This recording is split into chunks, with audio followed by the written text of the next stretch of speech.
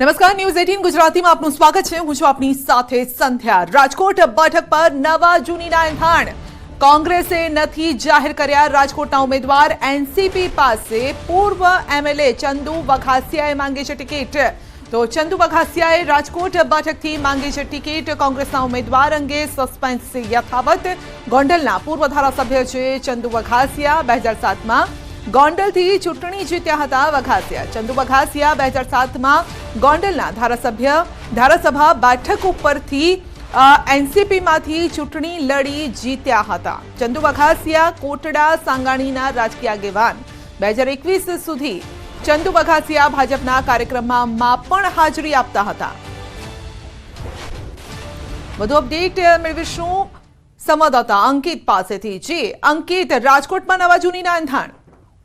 ચોક્કસ ખાસ કરીને વાત કરવામાં આવે તો રાજકોટની અંદર જે લોકસભા બેઠક છે તેમાં ભારતીય જનતા પાર્ટીએ કડવા પાટીદાર સમાજમાંથી આવતા ને કેન્દ્રીય મંત્રી એવા પરસોત્તમ રૂપાલાને ટિકિટ આપી છે ને ત્યારે કોંગ્રેસમાં હજુ પણ સસ્પેન્સ યથાવત છે કે કોંગ્રેસ છે તે કડવા પાટીદારને ટિકિટ આપશે, લેવા પાટીદારને ટિકિટ આપશે કે પછી કોળી સમાજ દ્વારા પણ અત્યારે ટિકિટની માંગણી કરવામાં આવી રહી છે ત્યારે ઓબીસી સમાજને ટિકિટ આપવામાં આવશે। હાલ કોંગ્રેસનો પેચ છે તે ફસાયેલો જોવા મળી રહ્યો છે। બીજી તરફ વાત કરવામાં આવે તો ચંદુ વઘાસિયા કે જે ગોંડલના પૂર્વ ધારાસભ્ય છે 2007માં તેઓ ગોંડલ બેઠક પરથી ચૂંટણી લડ્યા હતા, એનસીપીમાંથી ચૂંટણી લડ્યા હતા અને જયરાજસિંહ જાડેજાને હરાવીને તેઓ જાયન્ટ કિલર છે તે સાબિત થયા હતા અને ત્યારે ફરી એક વખત રાજકોટ લોકસભાનું જે બેઠક છે ત્યાંનું રાજકારણ ગરમાયું છે ને પૂર્વ ધારાસભ્ય ચંદુ વઘાસિયાએ ટિકિટની માગણી કરી છે, એનસીપી પાસેથી ટિકિટની માંગણી કરી છે।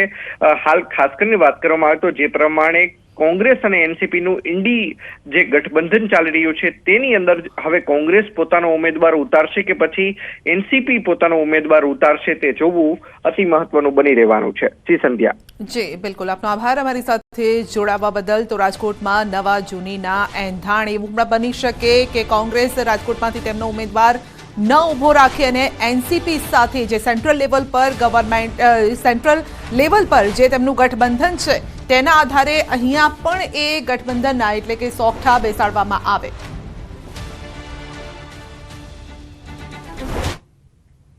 20મી માર્ચે જાહેર થશે કોંગ્રેસની ત્રીજી યાદી। અમિત ચાવડાનું કહેવું છે, કોંગ્રેસ પૂર્વ પ્રમુખ અમિત ચાવડાનું નિવેદન છે કે લોકોની વચ્ચે કામ કરનાર ઉમેદવારોની જાહેરાત થશે। કોંગ્રેસ ઉમેદવારોની જાહેરાત ટૂંક સમયમાં થશે। 26માંથી 12 કરતા વધુ બેઠક જીતીશું તેવો દાવો પણ કર્યો છે। કોંગ્રેસની પહેલી યાદી 7 ઉમેદવારોની જાહેર થઈ ચૂકી છે અને આગામી 20 તારીખે બીજી યાદી પણ જાહેર થવાની પ્રક્રિયા લગભગ અંતિમ તબક્કામાં છે।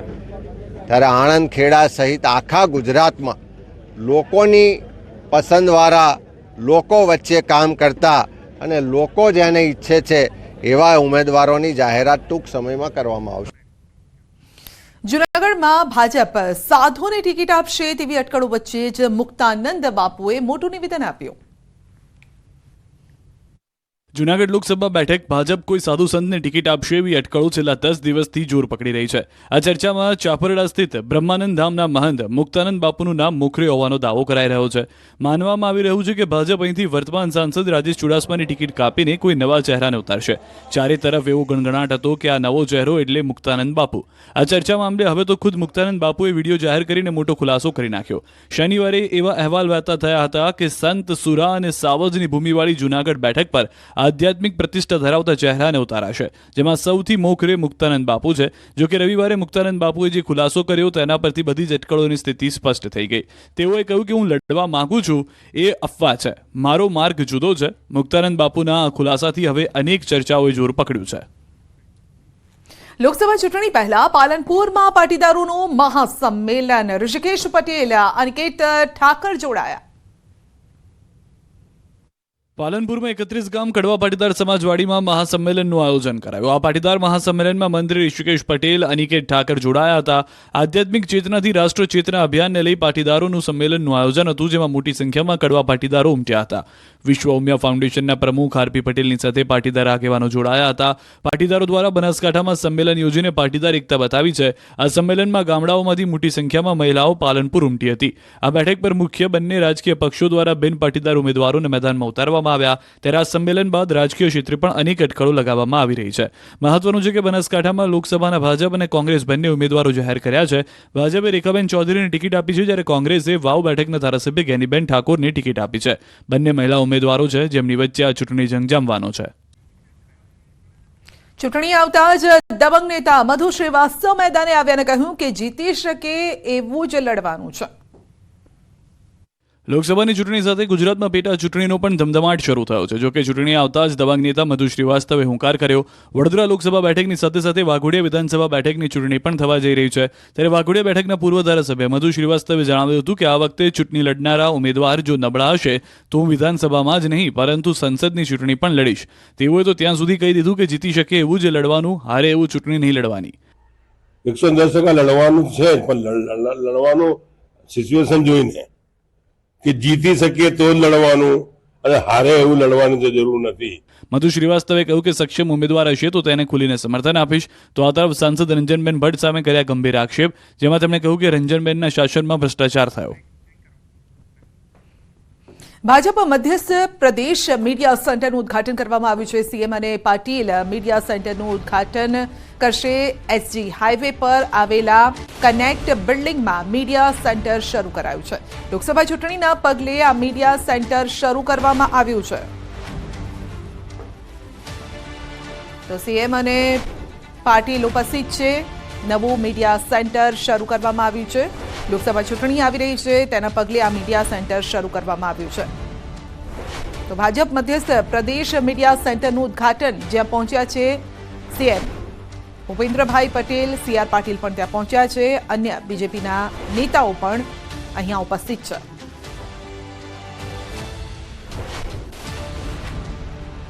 તો લોકસભા ચૂંટણીના પગલે આ સેન્ટરનું ઉદ્ઘાટન કરવામાં આવ્યું છે, જ્યાં ભૂપેન્દ્રભાઈ પહોંચ્યા છે, સીઆર પાટીલ પણ પહોંચ્યા છે. તો ભાજપ મધ્યસ્થ પ્રદેશ મીડિયા સેન્ટરનું ઉદ્ઘાટન. વધુ અપડેટ મેળવીશું સંવાદદાતા પ્રણવ પાસેથી. જી પ્રણવ, નવા મીડિયા સેન્ટરનું ઉદ્ઘાટન કરવામાં આવ્યું છે લોકસભા ચૂંટણીના પગલે. સંધ્યા, ચોક્કસ માની શકાય જે રીતે આપ દ્રશ્યો પણ જોઈ શકો છો કે રાજ્યના મુખ્યમંત્રી ભૂપેન્દ્ર પટેલ છે તે પહોંચ્યા છે. જે મધ્યસ્થ કાર્યાલય છે ભારતીય જનતા પાર્ટીનું જે મીડિયા સેન્ટર બનાવવામાં આવ્યું છે ત્યાં તેઓ પહોંચ્યા છે. સાથે જ અમદાવાદ પૂર્વ અને પશ્ચિમના પણ જે બંને ઉમેદવારો છે, બંને ઉમેદવાર પણ પહોંચ્યા છે. સંગઠનના તમામ જે હોદ્દેદારો છે તે પણ અહીં પહોંચ્યા છે. ખાસ કરીને સીઆર પાટીલ આવશે ત્યારબાદ જે કાર્યાલય છે તેનું ઉદ્ઘાટન છે તે વિધિવત રીતે કરવામાં આવશે. હાલ જે કહી શકાય કે રાજ્યના મુખ્યમંત્રી જે અન્ય જે નેતાઓ છે ભારતીય જનતા પાર્ટીના, એ નેતાઓ સાથે ચાય પર ચર્ચા કરી રહ્યા છે ને ચા નાસ્તો કરી રહ્યા છે ને બધા સાથે વાતચીત પણ કરી રહ્યા છે. ચોક્કસ થોડી મિનિટો બાદ જ જે ભારતીય જનતા પાર્ટીનું જે મધ્યસ્થ જે કાર્યાલય કહી શકાય કે ચૂંટણી લક્ષી જે મીડિયા સેન્ટર છે તેનું ઉદ્ઘાટન છે રાજ્યના મુખ્યમંત્રી અને પ્રદેશ ભારતીય જનતા પાર્ટીના પ્રમુખ સીઆર પાટીલ અહીં કરશે. હાલ તમામ જે હોદ્દેદારો છે, જે આગેવાનો છે, એ તમામ લોકો અહીં ઉપસ્થિત છે.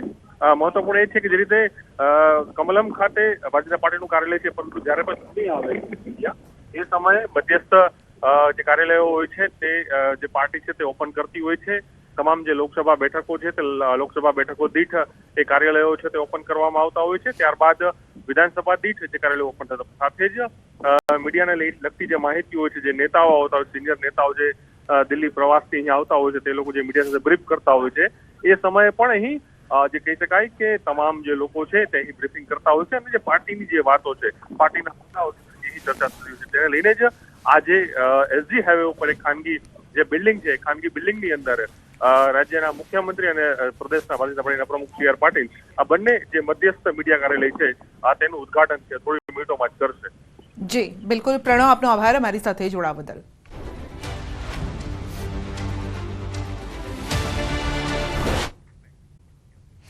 મોરબીથી સમાચાર. કાજલ હિન્દુસ્તાનીનો વિવાદિત વિડીયો વાયરલ થયો છે. પાટીદારોની દીકરીઓ અંગેના નિવેદનથી વિવાદ થયો છે. અગાઉ ક્યાંય ભાષણમાં મોરબીની પટેલ સમાજની દીકરીઓ અંગે કરેલી વાતને લઈને વિવાદ થયો છે. પાટીદાર આગેવાન મનોજ પનારા નોંધાવશે ફરિયાદ.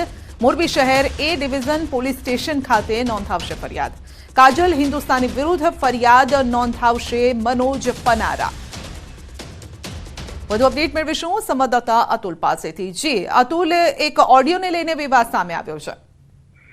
ચોક્કસથી સંધ્યા, જે કાજલ હિન્દુસ્તાની છે તે અવારનવાર વિવાદિત નિવેદનો કરીને ચર્ચામાં આવતા રહે છે. ત્યારે ફરી એકવાર મોરબીના પાટીદાર સમાજના વિરોધના જે દીકરીઓ વિરુદ્ધ ટિપ્પણી કરી અને જે કહી શકાય કે કાર્યક્રમમાં વિવાદિત ટિપ્પણી કરી હતી, જેને લઈને ચર્ચામાં આવ્યા છે.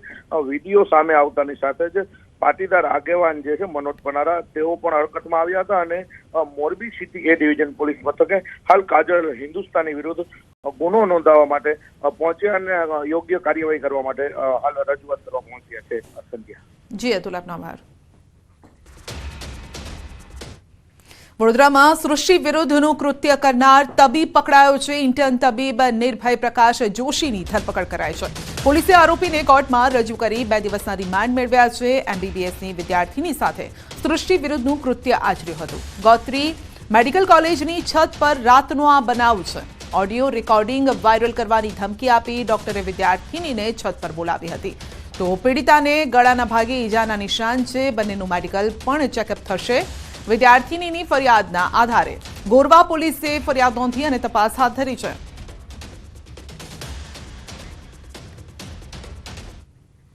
સુરતમાં કૃત્રિમ તળાવમાં ડૂબતા બાળકીનું મોત થયું છે. તળાવમાં ડૂબી જતા 7 વર્ષની બાળકીનું મોત થયું છે. ઊન વિસ્તારમાં ધાર્મિક તહેવારની ઉજવણી હતી અને આ માટે કૃત્રિમ તળાવ બનાવ્યું હતું. રહીશોએ ઉજવણી માટે તળાવ બનાવ્યું અને અન્ય બાળકો સાથે બાળકી પણ ઓટલા પર નાહતી હતી અને ત્યારે જ ડૂબી ગઈ અને જેના કારણે તે મોતને ભેટી છે.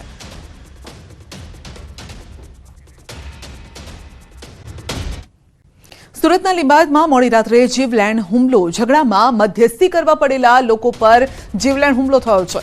એક જૂથનો ઝઘડો થયો હતો અને તે ઝઘડાને શાંત પાડવા ગયેલા અન્ય જૂથના લોકો પર હુમલો થયો છે. લીંબાયતના ખાનપુરા વિસ્તારમાં મોડી રાત્રે આ હુમલાની ઘટના બની છે. હુમલાખોરોએ સ્થાનિકોના ઘરોના કાચ તોડી નાખ્યા, વાહનોમાં તોડફોડ કરી, તલવાર, હોકીના ફટકા લઈ આવેલા શખ્સોએ હુમલો કર્યો છે અને હુમલાની ઘટના બાદ સ્થાનિક લોકોમાં પણ ભય છે.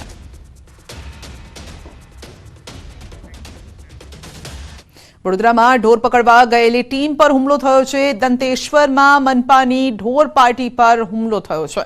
હુમલો કરીને પશુપાલકો ઢોર છોડાવી ગયાનો આક્ષેપ છે.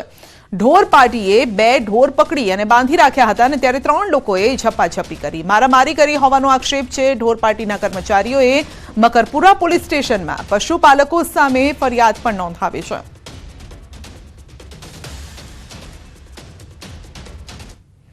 જામનગરમાં દબાણકારો પર ફર્યું છે દાદાનું બુલડોઝર. કુખ્યાત સાયચા બંધુની 6 પ્રોપર્ટી પર ડિમોલિશનની કાર્યવાહી.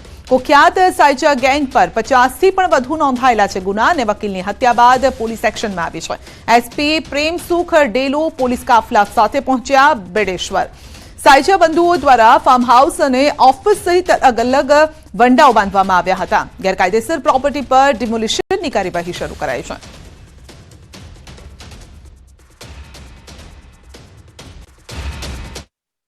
ડિમોલિશનની જે કાર્યવાહી છે આ ચાલુ છે. હું આપને બતાવી દઉં, જે લોકો પર ડિમોલિશનની કાર્યવાહી ચાલુ છે આ લોકોને ત્રાસથી આપણી એક જે શિક્ષિકા હતી આ આપણો પોતાનો જીવ ગુમાવી દીધો હતો અને આ પ્રક્રિયામાં આજે ટોટલ 6 જેટલી જે પ્રોપર્ટી છે આનો ડિમોલિશન ચાલુ છે. જામનગરમાં સાયચા બંધુની 6 પ્રોપર્ટી ઉપર આજે પોલીસ તંત્રએ સરકારી તંત્રને સાથે રાખી અને ડિમોલેશન હાથ ધર્યું છે. જે પ્રકારના દ્રશ્ય જોઈ રહ્યા છો, SP પ્રેમસુખ ડેલુ વહેલી સવારથી જ અહીં આવી પહોંચ્યા છે. જામનગર શહેરના બેડેશ્વર વિસ્તારમાં જે સાયચા બંધુઓ આવેલા છે, આમની જે કુખ્યાત કર્મકુંડળી છે તેને લઈને આજે ડિમોલેશન છે તે ફરી એકવાર હાથ ધરાયું છે. અગાઉ 2 બંગલાઓ તોડ્યા બાદ જામનગરની બેડેશ્વર વિસ્તારમાં જે 6 જેટલી પ્રોપર્ટીઓ આવેલી છે, આ 6 પ્રોપર્ટીઓ પર આજે SP પ્રેમસુખ ડેલુ સહિતના જે ઉચ્ચ પોલીસ અધિકારીઓ છે તેમના પોલીસ કાફલા દ્વારા આવી પહોંચ્યા છે અને બુલડોઝર દ્વારા 6 જેટલી પ્રોપર્ટી તોડી પાડવા કામગીરી છે તે હાથ ધરવામાં આવી છે. કિંજલ કારસરિયા, ન્યૂઝ 18 ગુજરાતી, જામનગર. અમદાવાદમાં ધાર્મિક દબાણ તોડવાને લઈને વિવાદ થયો છે. એમસીની દબાણ હટાવ કામગીરીનો વિડીયો વાયરલ થયો છે. એમસી કર્મચારીઓ અને સ્થાનિકો વચ્ચે ઘર્ષણ થયું છે. વિરાટનગર વોર્ડમાં 15મી માર્ચે થઈ હતી માથાકૂટ. મામાદેવના મંદિરના કથિત દબાણવાળા બાંધકામને લઈને એમસીએ કાર્યવાહી કરી છે. ચુસ્ત પોલીસ બંદોબસ્ત સાથે એમસી પૂર્વ ઝોન એસ્ટેટ વિભાગ ગયું હતું મંદિરનું બાંધકામ તોડવા. ખાનગી બિલ્ડરના લાભાર્થે કાર્યવાહી કરાઈ હોવાનો સ્થાનિકોનો આક્ષેપ છે.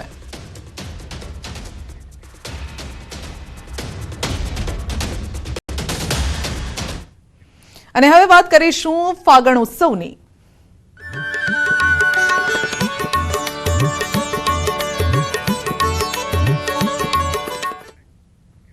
હોળી ધૂળેટીમાં એસટી વિભાગ દોડાવશે વધારાની બસો. સુરતમાં 550થી પણ વધુ બસો દોડાવવાનું આયોજન.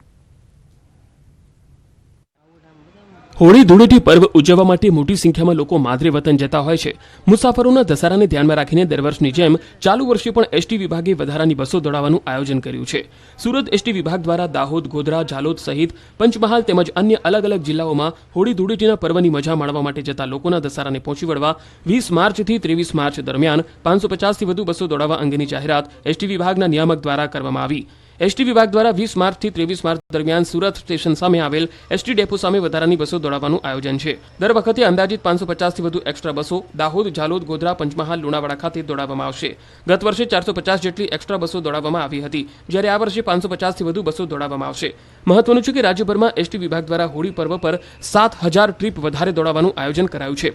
પ્રવાસીઓ સરળતાથી મુસાફરી કરી શકે તે હેતુથી વધારાની એસટી બસો દોડાવાશે. 1500 જેટલી બસો દ્વારા 7000 ટ્રીપોનું આયોજન કરવામાં આવ્યું છે. આ બસો અમદાવાદ, રાજકોટ, અમરેલી, જૂનાગઢ અને ભાવનગર તેમજ ભુજ જેવા વિસ્તારોમાં દોડશે. આ ઉપરાંત ગોધરા, ઝાલોદ, દાહોદ, છોટાઉદેપુર જવા માટે પણ ખાસ ટ્રીપો દોડાવાશે. યાત્રાધામને પણ આવરી લેવામાં આવ્યા છે, જેમાં ડાકોર અને દ્વારકા માટે 500 બસો દોડશે. સુરાપુરા ધામમાં દર્શને ઉમટ્યા ભક્તો. હજારોની સંખ્યામાં દર્શનાર્થીઓ પહોંચ્યા. આ દ્રશ્યો ભોળાદ સુરાપુરા ધામના છે, જ્યાં હજારોની સંખ્યામાં શ્રદ્ધાળુઓ દાદાના આશીર્વાદ મેળવવા પહોંચ્યા. અગાઉ અહીં દર મંગળવારે મોટી સંખ્યામાં શ્રદ્ધાળુઓ ઉમટતા હતા, પરંતુ હવે તો કાયમી માટે અહીં મોટી સંખ્યામાં ભક્તો પહોંચી રહ્યા છે. ભક્તો માટે અહીં પ્રસાદની પણ વ્યવસ્થા કરાયેલી છે. ભોળાદ સુરાપુરા ધામમાં આવેલા ભક્તોએ દાદાના દર્શન કરીને ધન્યતા અનુભવી. શ્રદ્ધાળુઓના મતે 900 વર્ષ પૂર્વે અહીં વેલડું બચાવવા માટે વીર તેજાજી દાદા અને વીરરાજજી દાદાએ પોતાનું બલિદાન આપ્યું, જેમની ખાંભીઓ અહીં આવેલી છે. ચારણની દીકરીઓની આબરૂ બચાવવા માટે વીર તેજાજી દાદા અને વીર રાજાજી દાદાએ પોતાના બલિદાન આપ્યા હતા. હાલ દાનબા બાપુ સુરાપુરા ધામમાં ભક્તિ અને સેવાનું કામ કરે છે. હજારો લોકોને તેમણે દારૂના વ્યસનમાંથી મુક્તિ અપાવી છે. સમાજમાંથી અંધશ્રદ્ધાને ડામવા માટે તેઓ સક્રિય ભૂમિકા ભજવી રહ્યા છે.